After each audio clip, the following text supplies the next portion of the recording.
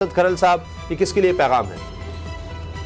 देखिए, जो इमरान खान साहब के हवाले से जो ख़ास तौर पर उन्होंने बात की ना कि पीटीआई में मोटरसाइकिल पर बैठकर जो लैंड क्रूज़र जो है उसका ख्याल दिल से निकाल दें। चुन के आप वो जुमला लाए हैं जो बड़ा ज़बरदस्त किस्म का। आप इस हवाले से अगर बात की पैगाम किस किस के लिए है? तो मोटरसाइकिल पे तो जहांगीर तरीन साहब भी जाया करते थे। अच्छा, अब तो मोटरकेड है उनके पास लैंड क्रूज़र के।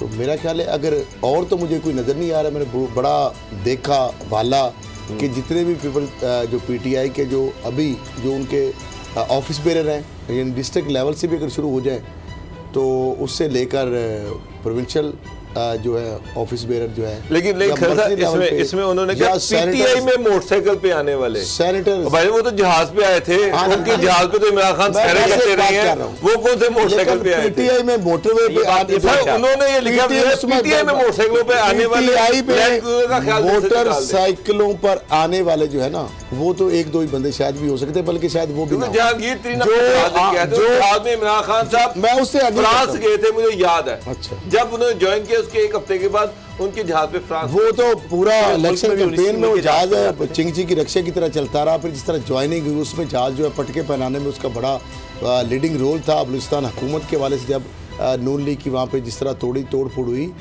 फिर जब ज्वाइनिंग कराई गई, जो आज़ाद जो लोग हैं उनको पटके पहनाने के लिए सारा जहाज भर भर के जिस तरह चिंगची की रक्षा, थोड़ा सा आपने कहना है मोटरसाइकिल पे वो नहीं आए होंगे, पीटीआई में मोटरसाइकिल पे नहीं आया। लेकिन ये है कि मोटरसाइकिल एक वक्त में वो मोटरसाइकिल पे आते थे जब वो लेक्चरर थे, उसमें इसमें तो कोई दो राय नहीं। और उसके बाद जारी बात है उनके पास तो लैंड क्रूजर के मोटरकेड है और बहुत सारे माशाल्लाह जहाज भी उनका अपना है।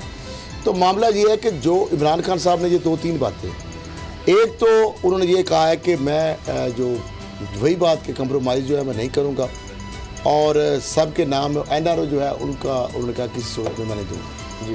फिर जब बात करते हैं कि ब्लैकमेलिंग के जो है साहब से जो है उस हवाले से बिल्कुल इससे पीछे नहीं हटूँगा, और जो मुखालफिन तो अपनों से ज़्यादती क्यों होगी। अब ये बात ज़रा समझे ना कि यानी इसकी तरह वो ये कह रहे हैं कि मैं तो विक्टिमाइजेशन जो है या किसी के साथ जो ज़्यादती है, इंतकामी कार्रवाई है, अगर मुखालफों के ख़िलाफ़ मैं नहीं कर रहा तो यकीनन जो ये जो ग्रुप बना है या जो जहांगीर तरीन साहब के हवाले से जो लोगों का ग्रुप एक सामने आया, तो उनका मसला यही है कि उनके साथ भी ज़्यादती हरगिज़ नहीं हो सकती। और जो लोधरा के डीपीओ का तबादला है उस हवाले से डॉक्टर साहब बताएंगे, लेकिन जो चौधरी निसार अली खान के हवाले से उस वक्त जब नहीं, मैंने वैसे एक बात की थी बहुत दिन पहले, बल्कि कई हफ्ते पहले, मैंने कहा था वो हलफ उठाएंगे। ये मैंने बताया था कि वो 24 मई को आपको याद होगा कि 24 मई को मैं क्या हलफ उठाने अब आए हैं तो उठाया, उनको किसी ने हलफ उनसे नहीं लिया। अगली बात है, अगली खबर वो है। बहरहाल ये है कि चीजें बड़ी तेजी से तब्दील हो रही हैं, बड़ी तेजी से तब्दील हो रही हैं और मजीद तेजियां होंगी। और जो बड़े बड़े अहम जो शख्सियात के इजलास और वज़ीर आज़म के हवाले से बहुत सारे इनसाइड है वहाँ पे, वो भी बताएंगे। अभी फिलहाल उस पर भी बात करते हैं। साहब जरा जहांगीर का नाम आया और लोधरा से उनका तल्लुक है, तबादला है और उसके अंदर उन्हीं कहानी क्या है। एक तरफ एनआरओ नहीं दूंगा, कुछ भी कर लें और हुकूमत जाती है तो जाए, ये बड़ा वाज़ेह जुमला है। हुकूमत जाती है, मुझे परवाह ही नहीं है, ये ब्लैकमेल नहीं होगा। फिर साथ ये कहना जायज़ मुतालबात भी माने, और वज़ीर आला से भी मुलाकात होगी हम ख्याल ग्रुप की, उससे पहले वज़ीर आज़म से मुलाकात हो गई, और वज़ीर आला से मुलाकात के बाद हम ख्याल ग्रुप बड़ा मुतमईन हो गया और डीपीओ लोधरा का तबादला भी हो गया। तो फिर ये क्या हो रहा है? एनआरओ नहीं है तो और क्या है? फिर जायज़ मुतालबात कौन से हैं जो माने जाएंगे? ये सब और शुगर माफिया के हवाले से देखें ना, एक जो लेजिस्लेशन है। उसामा साहब ये देखिए, एक तरफ तो प्राइम मिनिस्टर ये कह रहे हैं कि जनाब मैं किसी के हाथों से ब्लैकमेल नहीं होगा, किसी माफिया के हाथों से ब्लैकमेल नहीं होगा, गवर्नमेंट जाती है तो जाए जी। दूसरी तरफ जहांगीर तरीन उन्होंने जब चीफ मिनिस्टर पंजाब उसको आंखें दिखाएंगे जनाब हम फिर बजट नहीं पास होने देंगे, तो चीफ मिनिस्टर पंजाब उस फौरी तौर पर उनको बुला भी लिया। वहाँ पर अफसरान का रोला था, आपको पता था, उन्होंने कहा जी हमारी मर्जी के अफसरान नहीं लग रहे। वो तो उसी तरह करार हुसैन जो डीपीओ थे और जो जहांगीर तरीन जो उनसे तंग थे उसको चेंज कर दिया गया। एक जूनियर बंदा जो है अब्दुल रऊफ बाबर, उसको उन्होंने वहाँ पर उसकी जगह पे तैनात भी कर दिया डीपीओ। डिप्टी कमिश्नर लोधरा जो जहांगीर तरीन का पुराना तैनाती था और उनका बड़ा खिदमत गुजार था, उसका तबादला हो गया 8 दिन पहले। आप अंदाजा करें तबादला हो गया, अलविदाई पार्टी आ गई, वो लाहौर आ गया, नए बंदे के लिए इंटरव्यूज हो रहे थे तो उसका तबादला रुक गया, वो वापस चला गया लोधरा इस मुलाकात के बाद। तो एक तरफ तो आप कह रहे हैं कि उनसे कोई एनआरओ नहीं होगा, कोई कंप्रोमाइज नहीं होगा, गवर्नमेंट जाती जाए। दूसरी तरफ लोधरा और जहाँ जहाँ उनके बंदे बैठे हैं उनकी मर्जी के अफसरान वहाँ पे तैनात हो रहे हैं, उनको डेवलपमेंट के फंड दिए जा रहे हैं। जहांगीर तरीन साहब जो हैं उनको भी, उन पे भी नवासियात जारी हैं। यानी लोधरा जहांगीर तरीन का सर, लोधरा में तो जहांगीर तरीन ही है ना, और तो नहीं है। नवानी तो बकर से है, बाकी जितने भी लोग हैं वो लोधरा से तो और कोई नहीं है। लोधरा से तो जहांगीर तरीन ही है। और थोड़ा सा उन्होंने प्रेशर डाला, अपनी मर्जी के बंदे वहाँ पे लगवा लिए, डीपीओ भी वहाँ पे अपनी मर्जी का लगवा लिया, डीसीओ का ट्रांसफर लगवा लिया, लोधरा में पूरा कंट्रोल उनका हो गया। और उसके बाद बाकी जो उनके दो लोग हैं वो भी अपने हल्के फुल्के काम कराते रहेंगे। सीएम ने एक डिप्टी सेक्रेटरी वहाँ पे लगा दिया है, जिसको ये टास्क दिया गया कि जनाब आप अगर सीएम मिले ना मिले, ये डिप्टी सेक्रेटरी है, इससे आपने रब्ता करना, ये सिर्फ आप लोगों के लिए है। आपके जो 25-26 बंदे हैं ये आपकी खिदमत करेगा, आपकी मुट्ठी चापी करेगा। आपने ट्रांसफर करवाना है, आपने फंड लेने हैं, आपको कोई मसला फौरी तौर पर डिप्टी सेक्रेटरी से रब्ता करें। प्रिंसिपल सेक्रेटरी मिलता है या नहीं मिलता, इस चीज़ की परवाह ना करें। ये बंदा तरीन ग्रुप के लिए डिप्टी सेक्रेटरी लगा हुआ है। अच्छा, अब आपका ख्याल है, आप इसको एनआरओ का नाम दे रहे हैं, आपकी नजर में ये एनआरओ ही है और क्या है कि आप पे प्रेशर पड़ा, आपकी गवर्नमेंट गिरने लगी, जहांगीर तरीन के लिए है, उनके ग्रुप के लिए, या बाकी एमएनए एमपीएस की भी ये बात इसी तरह से चल रही है? उन्होंने तो 1 घंटा मुख्तस कर दिया है वज़ीर आला ने कि उनके लिए। यही तो डिमांड पिछले दिनों एमपीएस की तरफ से भी आई थी। इमरान खान साहब ने हिदायत जारी की कि मामला देखें सारों को जो शिकायत है। तो ये तो सारे एमपीएस के यही तो मसला है कि जी ये लोग रखते हैं। तो क्या जायज मुतालबात इसको कहेंगे? फिर बाकी वो क्यों कह रहे हैं कि जी मैं ब्लैकमेल नहीं हूंगा? और इसका मतलब है इंक्वायरी जहां तक रोकने की बात है वो नो गो एरिया या वो रेड लाइन है, वो नहीं क्रॉस हो सकती। ये तबादले मुद्दे वो मेरा ख्याल इमरान खान साहब कह रहे हैं अच्छा यहां तक जो है सहूलत मिल सकती है, बाकी भी इस तरह की डिमांड्स कर रहे हैं शायद, मेरी नजर में। उसामा साहब, जहांगीर तरीन की ग्रुप की पहली डिमांड क्या है? पहली डिमांड मीडिया में या हम दोस्तों के सामने ये कहते हैं कि जी हमें इंसाफ चाहिए जी। हम ये नहीं कहते हमें फेवर चाहिए, हमें इंसाफ चाहिए। लेकिन जब वो गवर्नमेंट के साथ निगोशिएट करते हैं तो वो ये कहते हैं कि जनाब जहांगीर तरीन के खिलाफ कोई कार्रवाई नहीं होनी चाहिए, जो भी कार्रवाई हो रही है उसको फौरी तौर पर रोका जाए। जो मेरी इतलात है, रिपोर्ट्स यही है कि जहांगीर तरीन इतने साफ नहीं है उस इंक्वायरी में। बहुत सारे चार्जेस हैं, बहुत सारे ऐसे सवालात हैं जो उनको दिए गए जिनके जवाब उनके पास नहीं है। मनी लॉन्ड्रिंग के, बेनामी अकाउंट्स के और फ्रंटमैन जो रखे हुए हैं उनके ज़रिए से सट्टा माफिया के चार्जेस उन पे हैं जिनका उनके पास कोई जवाब नहीं है। गवर्नमेंट के पास बड़े स्ट्रॉन्ग एविडेंसेस हैं उसके खिलाफ। FIA ने जो अपनी रिपोर्ट लिखी थी उसमें जहांगीर तरीन का रोल बड़ा क्लियर उन्होंने लिखा था।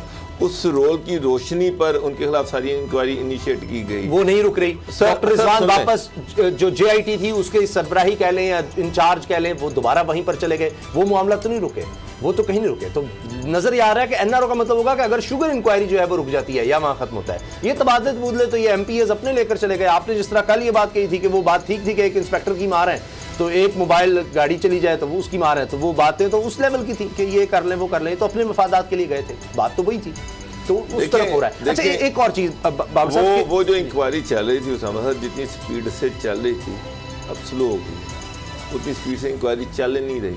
आप देख लें अब सिर्फ कोर्ट में बेल की हद तक तो जहांगीर तरीन पेश हो रहे हैं, सवालात के जवाब उन्होंने तसल्ली बख्श नहीं दिए।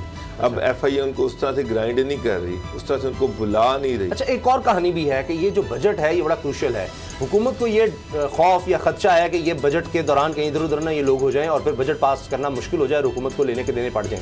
दूसरी तरफ जहांगीर तरीन साहब को खतरा है कि एक दफ़ा बजट पास हो गया तो मुझे गिरफ्तार कर लेंगे। एजाज चौधरी साहब का बयान, सेनेटर बन चुके हैं, सीनियर रहनुमा हैं तहरीक इंसाफ के, उनका बयान मैंने खुद पढ़ा, छपा हुआ अखबार में कि ये इनके खिलाफ बजट के बाद कार्रवाई भी हो सकती है, जो हम ख्याल ग्रुप वगैरह है। तो ये दोनों तरफ ये मामला चल रहा है। आपको लगता है किस तरह का कोई गेम हो सकती है?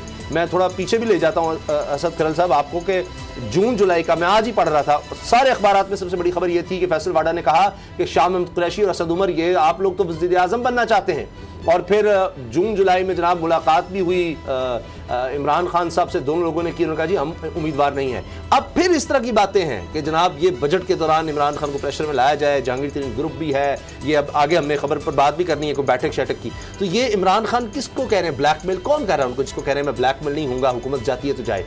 ऐसे तो नहीं जाएगी हुकूमत, कोई -1 वाला चक्कर फिर से हो रहा है। देखिए उसामा साहब, ये मेरा ख्याल बयान वज़ीर-ए-आज़म साहब जब से वज़ीर-ए-आज़म बने इमरान खान साहब तकरीबन को 300 दफ़ा दे चुके हैं। शायद मैं कम कह रहा हूँ, बड़ा मुहतात, इससे ज़्यादा दफ़ा वो इस वर्ड को यूज़ कर चुके हैं। NRO नहीं दूँगा, ब्लैकमेल नहीं दूँगा, किसी से समझौता नहीं करूँगा, एहतसाब से पीछे नहीं हटूँगा, हुकूमत गिरती है तो गिर जाए। अब मामला ये है कि जो आपके ख्याल उनको कोई ब्लैकमेल ही नहीं कर रहा? जो मीटिंग्स हुई, अब देखते हैं बहुत महीने पहले जब जहांगीर तरीन के हवाले से था कि आज या कल उनकी गिरफ्तारी होगी, मैंने कहा लंदन से वो वापस भी आएंगे, आपको याद होगा। फिर मैंने कहा कि जहांगीर तरीन साहब जो है धुल के क्लीन चिट उनको मिलेगी, उस वक्त वो मानने के लिए तैयार नहीं था। ये तो आपने उस वक्त स्टेटमेंट दी थी, मैं जब कोई मानने को तैयार नहीं था, नई गेम चली थी जो भी ये सारा, उस वक्त ये लग रहा था। अभी मैं कह रहा हूँ, अभी की बात है लेटेस्ट, डोगर साहब ने कुछ बातें बता दी कि DC उनके जो फेवरेट थे उनके लगाए हुए वो तब्दील हुए, वो वापस चले गए। जहांगीर तरीन साहब के ग्रुप की जो मुलाकात हुई थी उस्मान बुज़दार से, जो उन्होंने काम किए थे, जाहिर बात है जायज़ ही होते हैं, क्योंकि जो बंदे उन्होंने कहा जी इसको लगा दें, इसको हटा दें, ये जो बंदा है इसको वापस ला दें और इसकी जगह पर फलां को लगा दें, वो लग गए। अगली बात सुन लें, वज़ीर-ए-आज़म आप इस पर NRO कहेंगे, बाबर साहब तो कह रहे हैं यही NRO होता है, बता दिया ना। अब वज़ीर-ए-आज़म इमरान, अब आप बता दें, नाज़रीन फैसला कर लेंगे। अच्छा, वज़ीर-ए-आज़म इमरान खान साहब से जो सरदार उस्मान खान बुज़दार की जो मीटिंग हुई है, उसकी जो अंदरूनी कहानी वो हुई, और KPK वाले से जो कुछ लोगों की मुलाकात हुई, दो चीज़ें इमरान खान साहब ने की। KPK तो वज़ीर आला छापा मारने पहुंच गए। अच्छा, अब उन्होंने एक तो कहा कि इलेक्शन की तैयारी करें, एक तो उन्होंने कहा इलेक्शन की तैयारी करें, हुकूमती गिरती है तो गिर जाए। ये है कहानी स्टीरियोटाइप जो अरसा दराज से वो सुना रहे हैं। अंदरूनी कहानी क्या है, वज़ीर-ए-आज़म साहब इमरान खान साहब ने सरदार उस्मान बुज़दार से इस बात पर इत्तफाक किया है कि जहांगीर तरीन साहब जो है उनके साथ कोई ज़्यादती नहीं होनी चाहिए, कोई इनके खिलाफ इंतकामी कार्रवाई नहीं होनी चाहिए। इसका मतलब पहले हो रही होगी यकीनन, या नहीं हो रही, वो बता सकते हैं। अच्छा। फिर ये पंजाब में शुगर माफिया का जो एक्ट आ रहा है, अब उसको कोर्ट एंड कोर्ट में ये बता रहा हूँ कि उन्होंने कहा कि जायज़ जो मुतालबात है ना उनके वो तस्लीम हो। पहले तो वज़ीर-ए-आज़म साहब मिलने के लिए तैयार नहीं थे, वो कह रहे थे किसी से कंप्रोमाइज़ नहीं करूंगा, NRO नहीं दूंगा, और उसके बाद ये जो उन्होंने बाकायदा आगाह किया है, सरदार उस्मान खान बुज़दार जो है उनको जो आगाह किया है, और उसी की कड़ी है कि DC उनके फेवरेट वापस चले गए और DPO उनकी मर्जी से वहां पे तैनात कर दिया गया। और इस हवाले से जो वज़ीर-ए-आज़म ने कहा कि किसी के साथ ना इंसाफी नहीं होगी, किसी के खिलाफ कार्रवाई नहीं होगी।